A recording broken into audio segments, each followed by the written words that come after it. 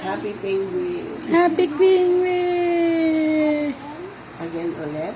Penguins ulit.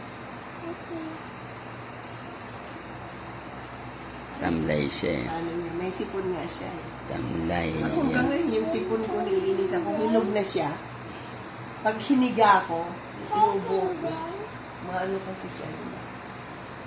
Tinatagilid ko. Kaya kagabi, hindi siya matulog. Kaya ako, ang ginagawa ko minsan, naglalaro na lang ako. Talaga, yan yung pinakasakripisyo ng magulang. Ipagbata. Buti nga ito, nagsasalita na. Nagsasalita na siya.